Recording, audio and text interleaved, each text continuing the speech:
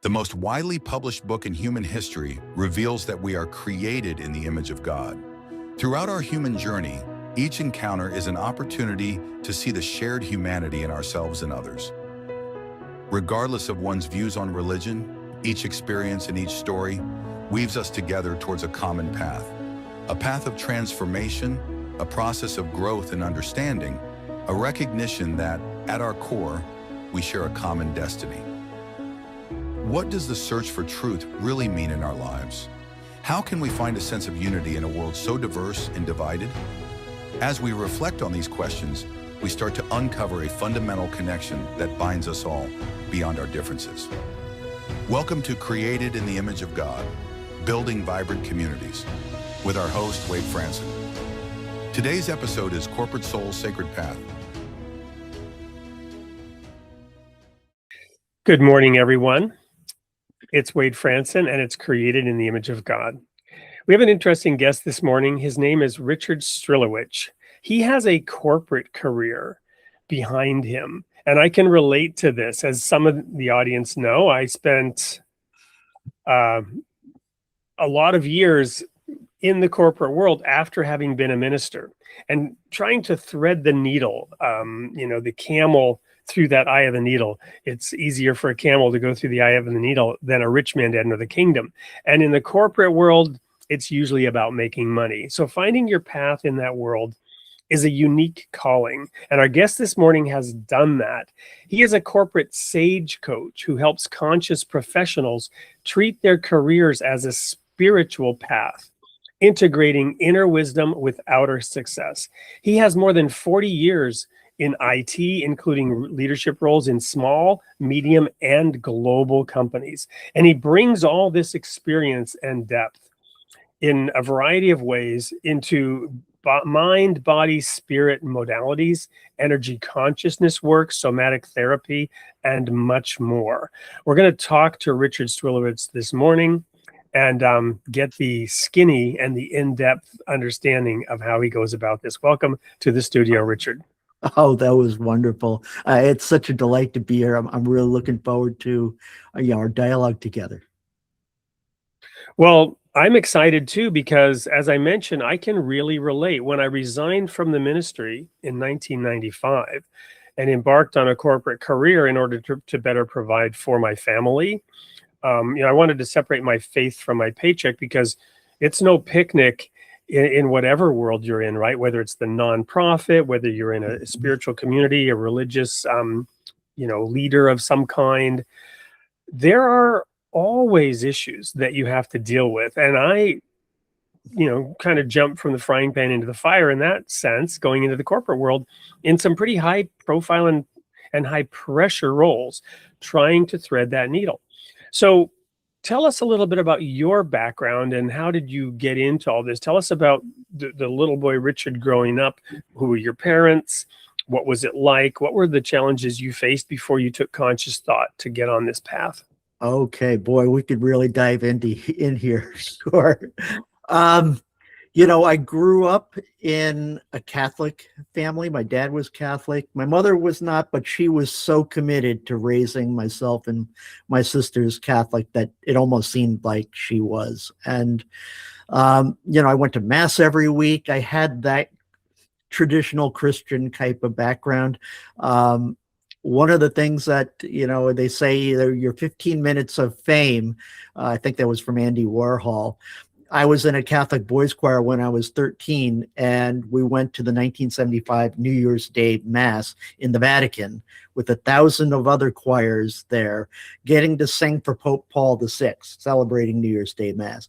And they needed one kid in the choir to represent each continent that was there. We were the only ones from North America, and our pastor, Father Medensky, his saint of a man, chose me. And so I got to be up front during that Mass and say a prayer in front of 100,000 people.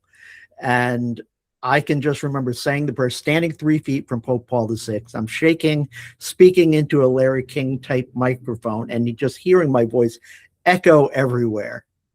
And then everyone responds to the prayer, singing back to me. And it's like, it resonated my entire body. And I still feel that feeling today. And not only that, I got to have that experience. Afterwards, I got to receive communion from the Pope, which was another amazing experience. And afterwards, even further, all on the same day, we went to a monastery outside of Rome and were blessed by a man named Brother Gino, who had the stigmata. And all of this, I've got to say, was a profound level of depth of experience for me. It's almost like someone said, "Oh, you were initiated in one day," right? And I'm sorry, how old were you at that time? I was 13. Wow. Transformative. And for non-Catholics, what is the stigmata? Stigmata, there are, I think of someone with the stigmata comes through about every 100 or 200 years, but it is someone who is gifted with the wounds of Christ, of Jesus. So, it's got to be solidly backed and validated by doctors and the church. And I don't know all the history of it to validate it, but it's a miracle of someone having the key wounds that Jesus had when he was crucified. And, before this person, there was another man named Saint Padre Pio, who also had the stigmata, and it's quite a miracle. Wow. So what was it like coming back to Earth when returning from Italy back home, settling back in? Sure. Well, not too much change from that. You have that experience, but then you got to come back to school and all that. I would say growing up, I was always a very sensitive kid. Things just seem to affect me. Later on, I've developed to learn that energetically, I'm very sensitive and intuitive. But there was always something about me that seemed to be, I'll call it, the words I can use now is I was always a seeker of truth. I always wanted to know what's really going on behind the scenes here at the deepest level. And so I was always curious in that regard. I was always very skeptical, always questioning. You see a commercial on TV and I like, come on now, really? What's the real truth of what they're saying? Is life really that good when I drink this juice or something like that? So I went through those experiences, and then I went through other experiences of, I was always driven. My parents weren't very, they were lower middle class. I always had to do everything of paying for my own way for things. If I wanted a bicycle, well, I had to go sell things to earn the money for a bike and, that kind of stuff. And I was also in Boy Scouting, where I went up the ranks achieving Eagle Scout. And, with my dad's 7-year camper award, we've been camping from 105 degrees down to 15 degrees and lots of hiking and experiences of the silence within nature. And that was really important to me. I didn't have a spiritual word for that at the time. All I knew is I loved sitting by a river going by, or sitting by the silence at a lake, and other kinds of things in nature. Well, speaking of nature, I'm being attacked by a large animal here as we go. This is my daughter's cat, Coconut, who heard us talking and decided to come and wanting to settle up in my lap here. So you mentioned always being a seeker of truth, and then you mentioned finding it in those places in nature, both of which I can relate to. Little plug here, this show is actually being pre-recorded, aired July 26th, Sunday morning. By then we will have had the What is Truth Summit, and remind me to tell you about it, because perhaps you would like to participate. It's a virtual summit. Guess we'll have heard more about it between now and then in live shows and other pre-recorded shows. So tell me a little bit more about the camping and the in tune with nature and communing with God through nature. It sounds like you had a little bit of that experience in addition to the trip to the top of the mountain, and meeting the Pope, etc. Yeah, I didn't have words for this back then. You know, I can only have words for it now in hindsight, you know, knowing what that type of experience was. I was still growing and developing throughout my teens, and all that. So all I knew was I enjoyed being in my body, hiking and working out, and, you know, being on the trail, and um, how do I want to say it? Just the essence of being connected like that um, to all the physical activity. The physical activity was my entryway into a deeper experience. I just didn't have the words for it back then. Yeah. All I knew is, hey, this is what I enjoy doing, and, you know, having your body sweat and your heart get heartbeat faster from hiking was a whole lot of fun. Yeah. So because of dualism and certain traditional attitudes and guilt around the flesh, right? We tend to forget that no, we are created in the image of God. God loves his creation, all of it. It's all perfect. You know, in the creation stories, he said everything was good. And when he created us, it was very good. And, you know, he created us naked. And later he asks, who told you you were naked? And this is an interesting dialogue. But everything God does is perfect. And it comes with opportunity and challenges and growth. But this material world should be giving us all kinds of joy and inspiration for even greater things to come. And greater things were to come for you. So tell us then about the transition into the corporate world as we head into the first break, which will be a video about that. Sure. Well, you know, you graduate high school and it's like, okay, what am I going to do now? And, you know, talking to my high school guidance counselor and taking the aptitude tests, I thought it was interesting. The results that came back, one, she said, you are very high aptitude for a priest or a minister. And at that point in time, I was like, no, that's not going to be me. But also high in science and technology and math. And, you know, what was recommended, and this is early in the day, was, you know, go look into computer science. And so back in 1979, I went for, you know, first associate's degree in computer science, and I cut my teeth on programming IBM punch cards. And lo and behold, it started to be something that I really enjoyed.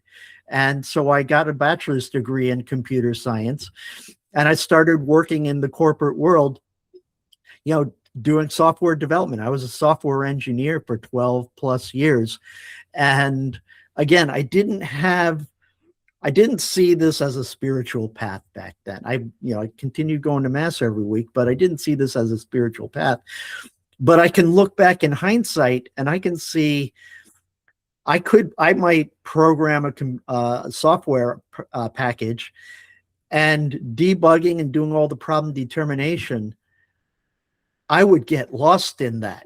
Trying the process of sitting in front of the computer. First, at the time, there's nothing I wanted to do more than develop software and sit in front of a computer. I could do that all day long. And doing the debugging I can look back and say, there are times that I had mystical experiences where it almost felt like I was one with the computer in trying to find and debug the software package. I didn't have the word for it back then, that's what that was. But all of a sudden, 3 hours are gone by and time had stood still. Well, there is a principle. This is an explanation in the Baha'i faith, the Baha'i tradition, that work is worship. Mm-hmm. And you know, Jesus said, "I work and my Father works," and you know, greater works than this you will do. And yes, I completely believe and trust what you're saying there. So, when did the sort of merging of spiritual and corporate success come about for you? Sure. I then continued and progressed in my career. I ended up going and working for IBM, and I was there for 30 years. And one of the great things about a company like that, they've got the best some of the most best and brightest people in the world to work with, architects, engineers, marketing. It was a great experience and lots of opportunity for growth. And at some point, I lost my desire for wanting to do software development. And I started experimenting and finding other workshops that helped open up and broaden my horizons. Back then, it was the human potential movement in some workshops called LifeSpring about what's possible even more here. And I started deciding I didn't want to develop software, but I wanted to manage and lead people to develop that and do more community working with people more than anything. I broke out of my introvert shell, if you will, becoming an IT team leader, project manager, program manager, moving on up into IT, HR management at an associate director level, and many other things like that. I was a line cost owner, so I had some business responsibilities in all of that. And in that kind of path, also, again, I never planned for anything to shift for me. It's almost like I talk about a spiritual path, but it feels like the spiritual path found me. And it first started in a way that I didn't realize or know what it was, because I didn't consider myself spiritual. And we'll talk a little bit about what I actually mean by that in a little bit. But it was actually an inner sense of pain and discontent in my heart. And as I said, I was a very sensitive person.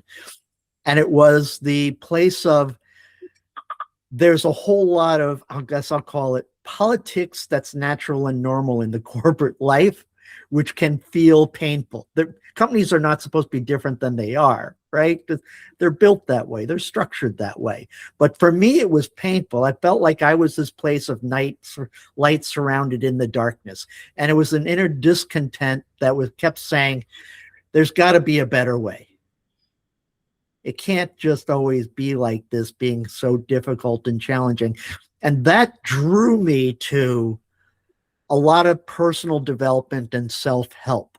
So I was reading out every self-help book out there in the world, and always finding, okay, the next one would find me. And I kept thinking, okay, wonderful, great authors. They've got some huge wisdom, but I kept thinking, okay, maybe this next book will be the answer to it. And you're smiling, and it never is, right?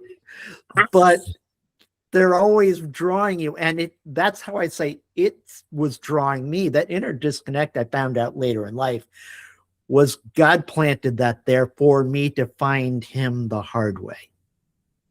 And it transformed into what I call a calling now. But that led me into places that I never could have anticipated, of different workshops on spirituality and energy healing, and going through therapy training as a somatic therapist. And, every single one kept bringing me one step that I never saw were all connected together. It just felt like, oh, I'm going on this meditation religious retreat because it feels like things are challenging here and I need a break. I need an escape to recharge. And, I went vision quests that showed up for me, and other synchronicities that showed up that ultimately brought me to someone who helped me holistically bring it all together. And that's a spiritual director that found me in the place, who helped me see that my corporate career, holistically, you can't separate your corporate life from your external life. They're holistically together, and all of these experiences are helping you develop on the spiritual path. Well, I think that's a really good point to take a quick break, watch the video. When we come back, I'm going to ask you to unpack that in a little bit of a different way. Jesus' question, you cannot serve God and mammon. I also want to explore a little bit, where the Catholic faith did or didn't play into this. So much more to come. Everyone stay tuned. We'll be right back to dive into this with Richard. And meanwhile, take a look at this video, which will explain who he is and what he does today. What if the career you've built isn't pulling you away from your purpose, but leading you toward it? Success and spiritual growth don't have to compete. They can grow together. In The Corporate Sage, Rich Strilowich shares practical wisdom from a lifetime in business and spiritual formation, helping you lead with authenticity, make decisions with clarity, and find peace in the middle of pressure. Discover how your workplace can become a place of purpose where everyday leadership reflects who you truly are. If you're ready to bring your whole self into your work and recognize the quiet guidance that has been there all along, this book offers a thoughtful path forward. Your next promotion may not change your life. Becoming who you're meant to be changes everything. The Corporate Sage, available at Amazon. Welcome back to Created in the Image of God. I'm your host, Wade Franson. I'm here with Richard Strilowich, who was just explaining how he got to a place within the corporate world. There was a book written a few years ago, I'm trying to remember the name of the author, called The Moral Maze, which talks about how businesses aren't evil in any sense, but because of where they are, and they can be rather large, you end up in a maze. And then you're trying to find your way out. It sounds like a little bit like that happened to you. And from a spiritual perspective, right before the break, I asked the question, how do you read Jesus' statement? You cannot serve God and mammon, the material world, the physical. You can't serve two masters. Either you will hold to one or the other. And of course, you're finding a way to integrate this into a single master. Unpack for us that challenge. Yeah, I think the way to start the challenge is first talk about real quick, what do I mean by spirituality? Because it can mean many, many different things to people. So here's how I refer to it and what how I've learned. And again, I've learned this from both East and Western traditions, from many different masters, saints, sages across the spectrum, with a Catholic Christian leaning that I have toward myself. And again, I know you'll help me keep back on track at some point to your question here. But spirituality at its essence is really, it's our connection to source. Or many people call that God, like I do. Or some call it the universe, or many, many other kinds of things. And in that connection to God, we are of spirit. And I love the definition from the Jesuit priest, Pierre Teilhard de Chardin, that says, we are not human beings having a spiritual experience. We are spiritual beings having a human experience. And of that spiritual being, again, we're of spirit. That means there's something beyond us here. And some people call that your soul or spirit or something beyond us. And we have a belief in our higher power within all that. And then there was actually a clinical psychologist that I heard, I think her name was Dr. Lisa Smith at Columbia, who was found in our brains in neuroscience, spirituality, believe it or not. And I like the way she described it about religion. We are born into a religion, or we may have been attracted to another religion during life. But if we're spiritual beings, that then spirituality is inclusive of all religions. So I like the way she described that.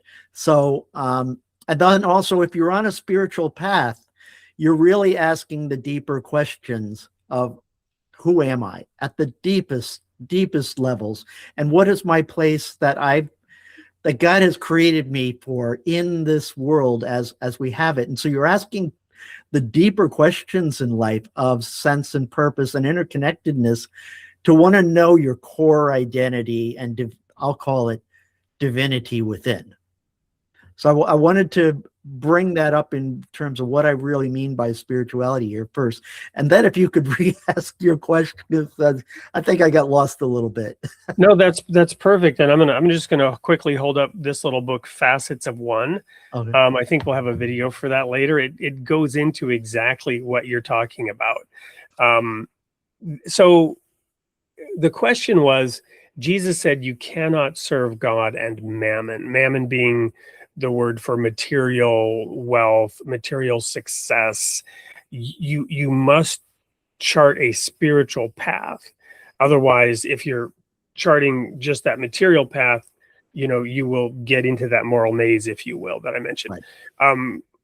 What's your take on that? Because here you are talking about in a corporate setting, uniting those two things. Right. So my take is, first, I'm not a theologian, but I've read the Bible quite a bit, but I can't say I can quote, and I'm not familiar with that verse. So I'm going to have to say my sense is you can't serve two masters in terms of being attached to your identity of that's who you are. Because the truth is, and I believe Jesus came to really tell us that we are divine. We are our real attachment is our divinity within, and he loves us beyond, more than anything, that we, and you said it at the beginning, that we are created in the image and likeness of God more than anything. So our separation comes from when our ego identifies ourself as all these material kinds of things. I don't believe he's saying it's not okay to have those things.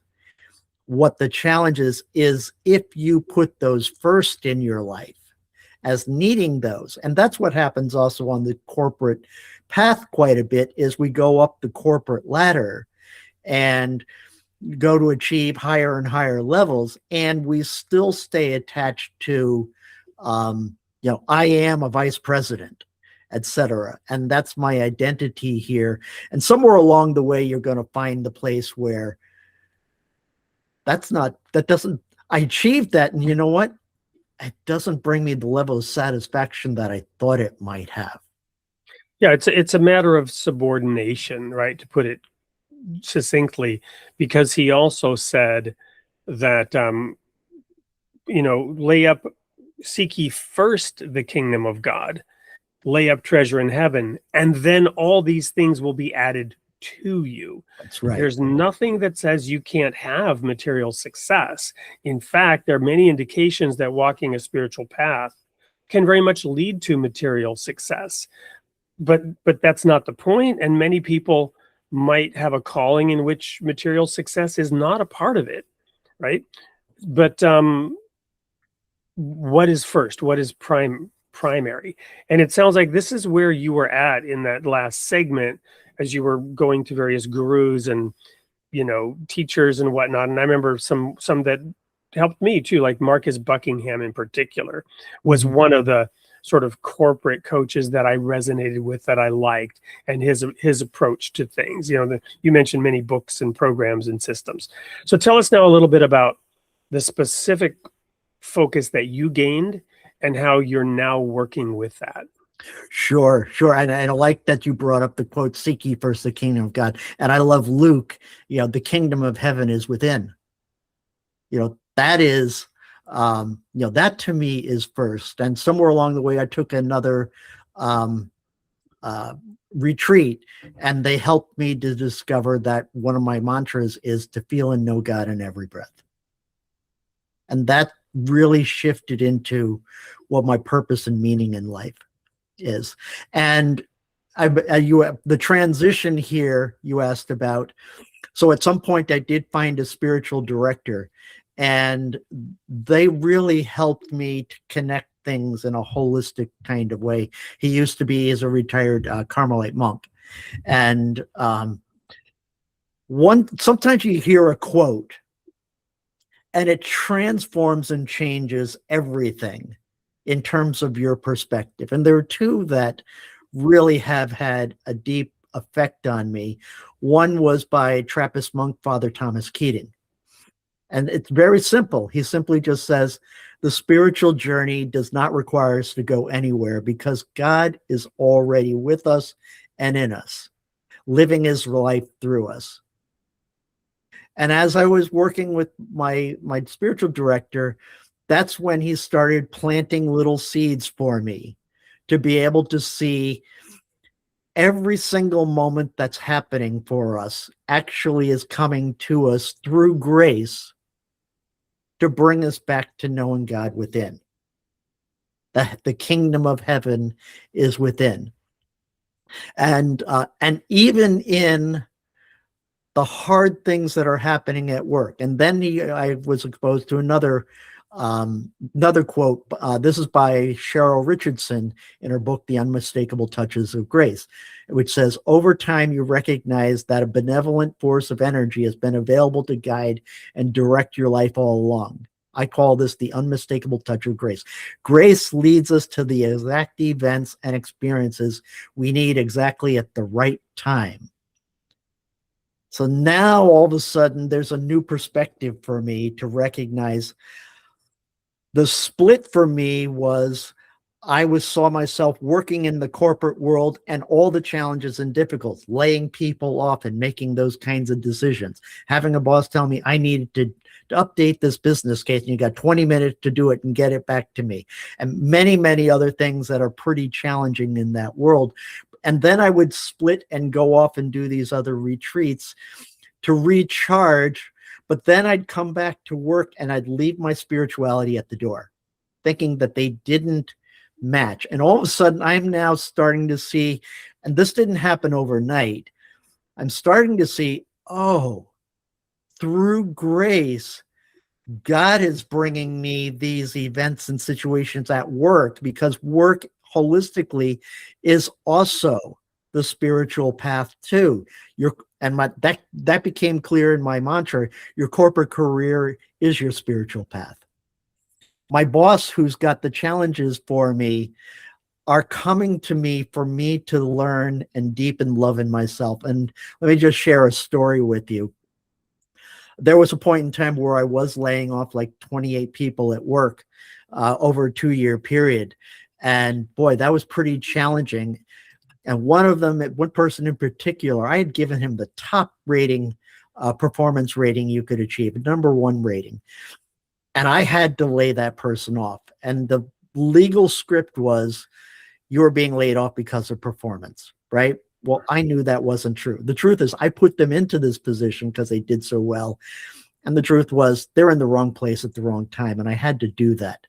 It was a moral crisis for me. It wasn't long after that I actually had a heart event. I had to have a emergency stent put into a blocked coronary artery. That caused me, long story short, that caused me to go into depression. It helped me go into deeper levels of finding meaning and purpose in my life. I found books on synchronicity, which led me to a vision quest, which led me to many other experiences. And it ultimately had me find my spiritual director. All of this occurred because of that horrific experience, to find God within at a much deeper level than I had before.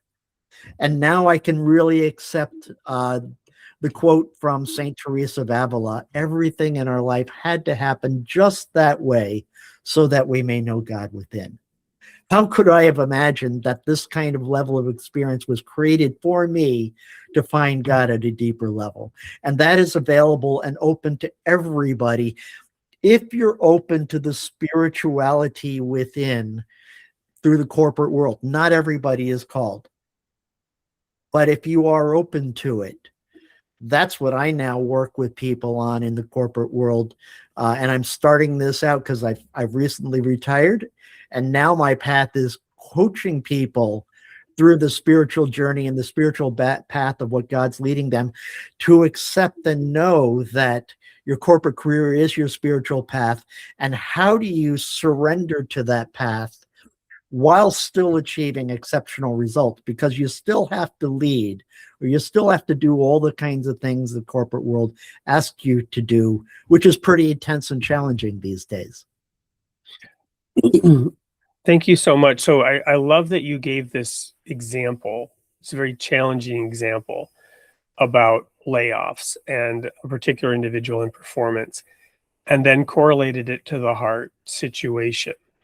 I've often reflected in life on how you, when you're in school, you get the lesson and then you have the test. In life, you get the test and then you learn the lesson. And if you don't pass the test, it comes back around again. So unpack that a little bit for us, because I'm sure I'm still hung up on that point and that horrible situation. I've been involved in situations like that Mhm. on both ends of it, right? Both the one being managed and the one having to manage according to a corporate mandate. And I've seen the wreckage that comes in human lives from it.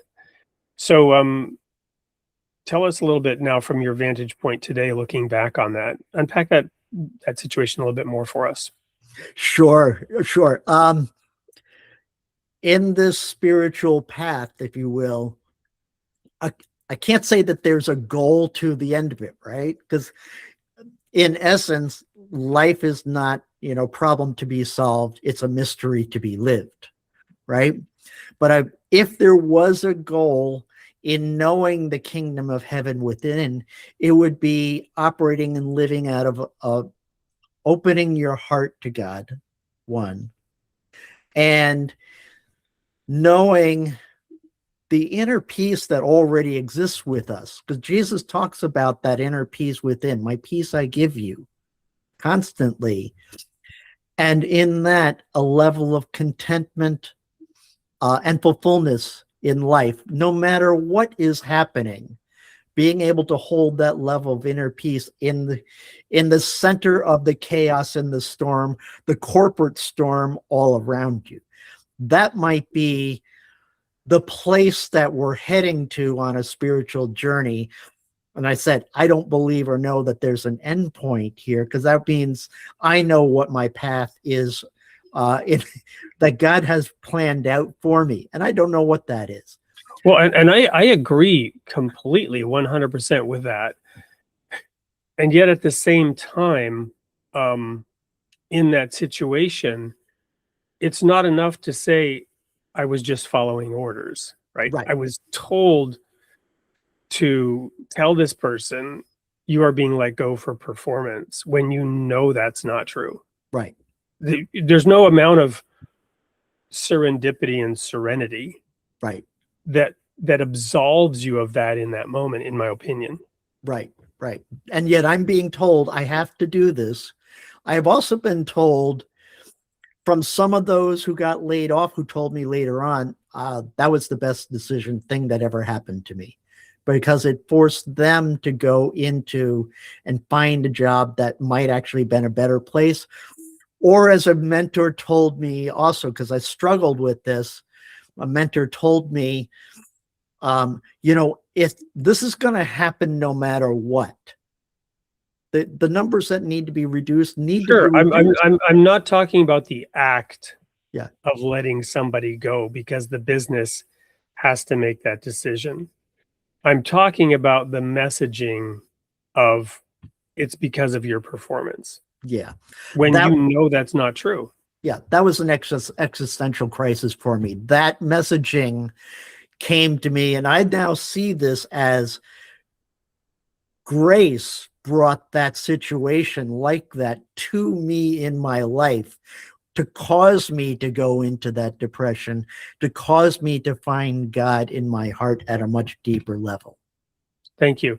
And for the person who is affected, well, we've all suffered unjustly, pick up your cross and bear it. I tell my son all the time, because he's very conscious of fairness, sibling and otherwise.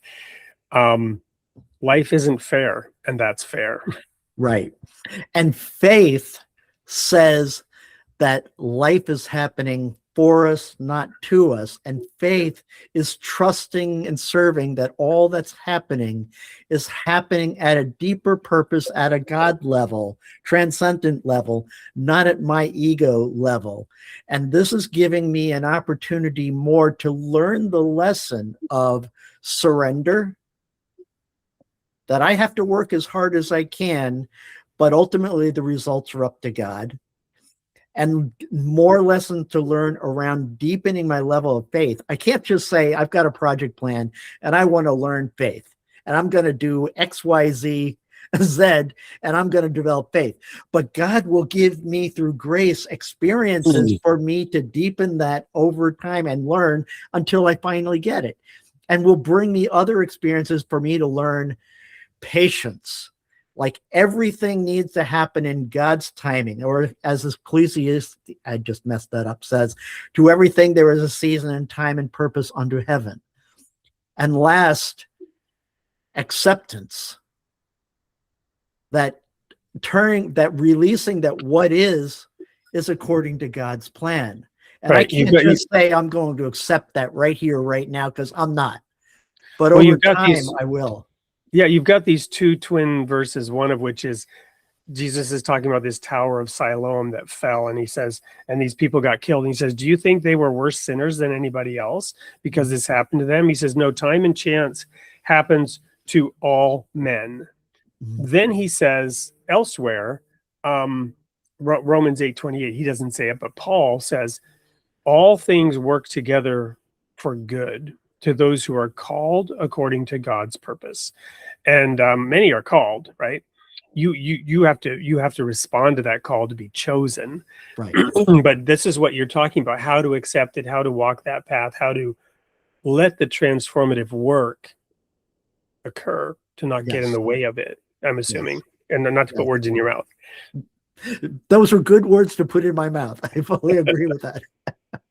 All right. Well, we're going to go to, again, a quick commercial break. When we come back, where are you growing next? How are you putting all this into practice in what you're doing now? Because as I learned in the introductory discussion for today's call, our recording, you've retired, in quotes, and embarking on a new journey. We'll be right back with more of Richard Strilowich and his journey. Don't go anywhere.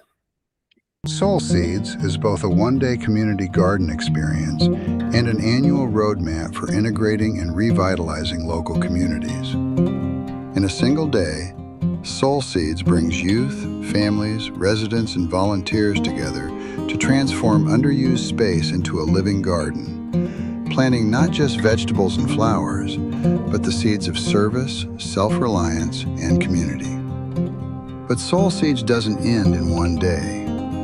It becomes an annual plan. Plant together, manage together through shared care, youth leadership, and community connection.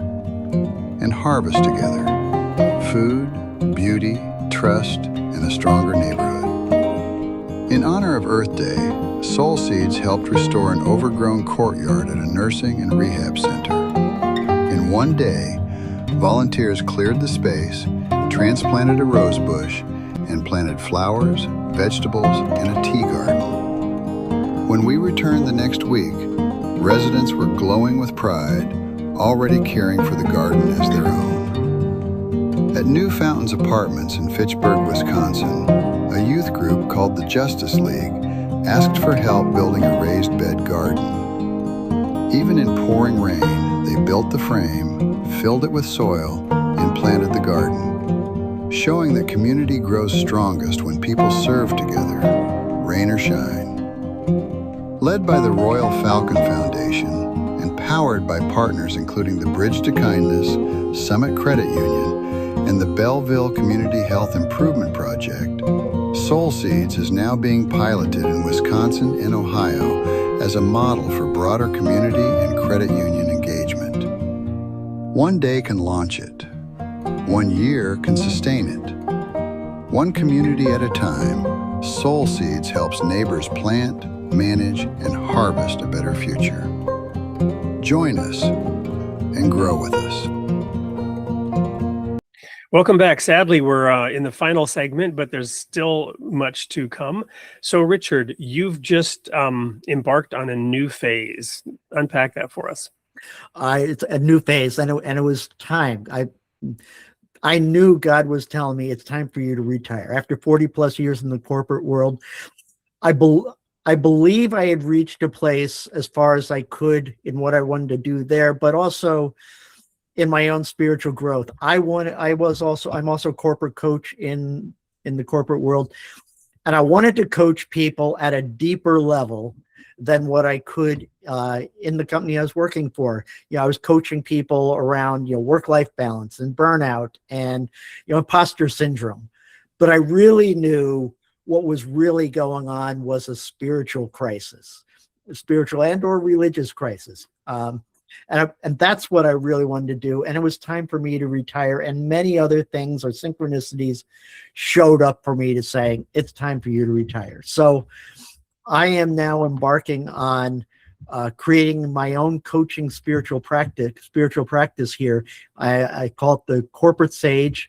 And it's a program for corporate professionals who are spiritually or religious minded, who are struggling in the corporate world, and so many are today, to help be I'll call it a guide, spiritual guide coach for them on the spiritual path, to help them realize, my tagline is, your corporate career is your spiritual path. And since I retired, I wrote a book that's right behind me called The Corporate Sage, Gracefully Integrating Spirituality for Authentic Leadership. And then I've got a coaching program around that. Is there a specific website that people should go to get that book, or should they just look it up on Amazon? For the book, you can find it on Amazon. You can also find on my website, it's www.stillpoint, STILLPOINT, stillpointcoach.com. And on there is a link to the book also that you can get it there, and more about the coaching program that I've got. And the program it's a 12-week program guiding people into deeper spiritual understandings, focused around where are you at now in the corporate world, and real life scenarios of what's happening for you to translate or transform or start the process of re-looking at your identity and perspective, that to all these things are happening for you to guide you in a deeper spiritual level. And there's 5 core understandings that I bring to this that we go very deep in. One, you're already I'm going to use the word source, because in the corporate world, that's probably a word that more people can relate to, but I do mean God. You're already connected to source. Your career is not separate from your spiritual path. 3, staying connected to your real self of who you really are, the kingdom of heaven within, requires you to have consistent practices and perspectives and new awarenesses around that. And the first change, the spiritual path, is an inner journey. The kingdom of heaven within is an inner journey, and connecting to that inner journey of inner peace, fulfillment, contentment leads to outward results of your true authentic leadership, creativity, and realization of your full potential, not just in your career, but in your life. And lastly, the last understanding is that you are supported in all this by God, life, your soul, and others that show up to you in your life. So we walk through the process of deepening all of that, and it get tied with a bow in the end here, where grace ties it all together. Well, I love how you've put this whole program together. I love that there's a book that you've written about it, The Corporate Sage. And I can only give my strong endorsement here to the approach you're taking, from the perspective that, I've been through this journey. I was in the ministry. I resigned, went into the corporate world. I was in America as a child, ended up in Europe, wanted to go back to Europe. I went through this phase of sort of asceticism, which is, the denying of any physical and material attachments and desires, to the point where for a while I believed that if I was materially successful, I would somehow be evil. And I had an autoimmune disease. I was diagnosed at 28. And along my path, I was told I would be in a wheelchair at age 40, similar to your heart stent situation, because of the cognitive dissonance of not being able to figure this out, not being able to integrate these two things. So I can only give my strong endorsement of the approach you're taking and encourage people to check this out. We're out of time. Any final words for the audience? Because I don't want to have the last word here. Sure. Final word. One of the other biggest learnings through the corporate world that I was led to was that I'm not in control. God's in control. I might think I have the path, that I know what it's going to be. And yes, in the corporate world, you need to work your plan. You plan your work and work your plan. You're expected to do that. But the ultimate direction that I'm heading here, I have to look back right now and I have to say, I was transformed by grace in a way that I never could have planned. And some of it was painful in life, the heart stent, the depression, many other things. And yet where I was guided to, I'm not smart enough to have planned that. I'm not in control of this thing at all. God is. And so I really wanted to leave you with that. Thank you. All I can add to that is my tagline: you are created in the image of God, and God loves his creation. Stay tuned for the sneak peek of what's coming up. Richard, we'll be in touch with more, maybe have you back. And thank you so much for being here today to share. Oh, this was so much fun having this dialogue with you, and hope this is helpful for everyone. Thank you.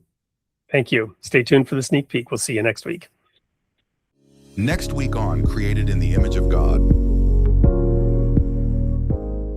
Sunday, August 2nd at 7 a.m. U.S. Central Time.